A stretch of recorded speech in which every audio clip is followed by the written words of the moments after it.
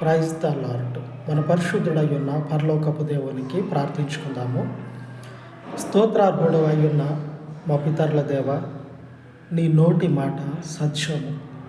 నీ సత్య వాక్కును తండ్రి జ్ఞాపకము చేసుకొని నెరవేర్చమని, ఈ సత్య వాక్యమునకు విరోధముగా ఈ భూమి మీద మనుషుల మధ్యలో, ఈ అధికారుల మధ్యలో, ఈ మనుషుల యొక్క బలము చేత నీ వాక్యము నిష్ప్రయోజనము కాకుండానట్లుగా చాచిన మీ దక్షిణ హస్తపు బలము చేత తండ్రి నీ నోటి మాటని నీ పక్షముగా జరిగించమని, ఇహలోకమందున్నటువంటి ప్రతిదీ కూడా నీకు విరోధమైనది ఏదైనానూ సరే నిలబడదు, నెరవేరదని లేఖనాలు సెలవిస్తూ ఉండగా నీ సత్య వాక్యమును స్థాపించమని, నీకు ఘనతను తెచ్చుకొనమని మా రక్షకుడు అయిన మీకు యేసుక్రీస్తు శక్తి కలిగిన నామమున ప్రార్థించి వేడుకొనుచున్నాను తండ్రి. ఆమేన్, ఆమేన్.